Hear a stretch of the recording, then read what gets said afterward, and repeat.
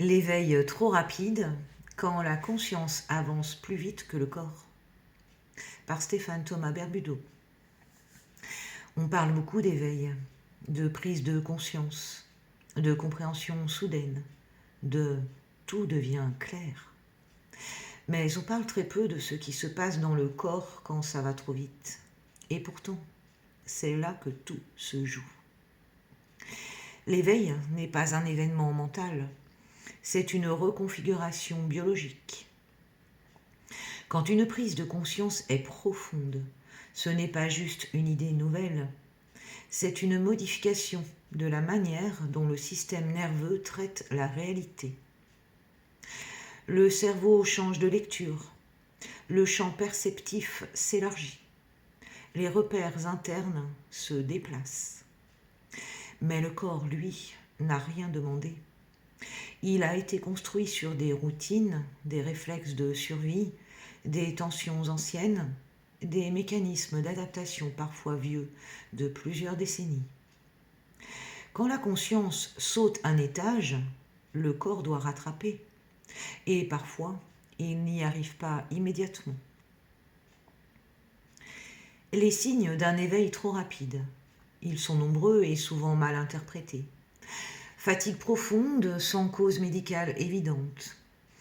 Douleurs diffuses ou localisées, dos, nuque, ventre, poitrine.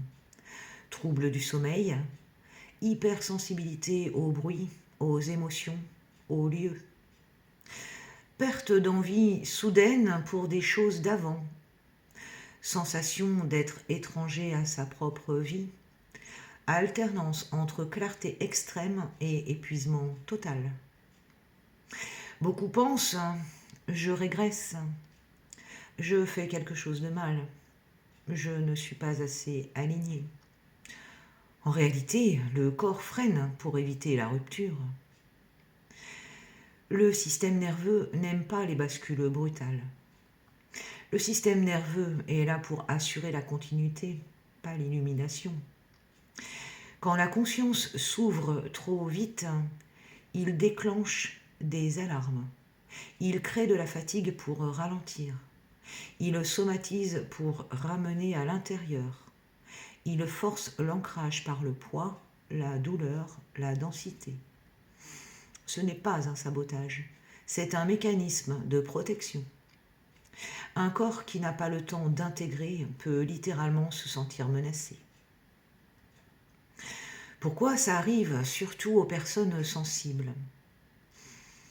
Les personnes intuitives, empathiques, lucides, connectées, comprennent souvent vite, très vite. Elles voient avant d'avoir incarné. Elles montent en conscience sans avoir renforcé la sécurité intérieure, l'ancrage corporel, la capacité à rester dans la matière. Résultat, la tête est ailleurs, le corps reste en arrière et la tension se crée entre les deux. Ce tiraillement est l'une des causes majeures des crises post-éveil. Ce que l'éveil n'est pas et qu'on ne dit jamais. L'éveil n'est pas être toujours bien, être toujours aligné, ne plus avoir de symptômes, flotter au-dessus de la réalité. L'éveil réel ramène dans le corps, pas hors de lui. Quand le corps souffre, ce n'est pas que tu échoues, c'est que l'intégration est en cours.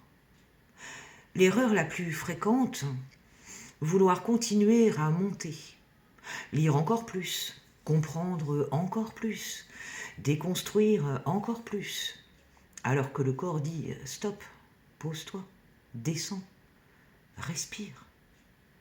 On ne stabilise pas un éveil en ajoutant de la hauteur, on le stabilise en descendant dedans. Ce qui aide vraiment, sans spiritualité inutile, c'est ralentir volontairement, remettre du rythme simple, marcher, toucher, ressentir, manger plus consciemment, dormir sans chercher à optimiser, faire moins, mais être plus présent. Pas pour aller mieux, mais pour permettre au corps de suivre. Une vérité essentielle.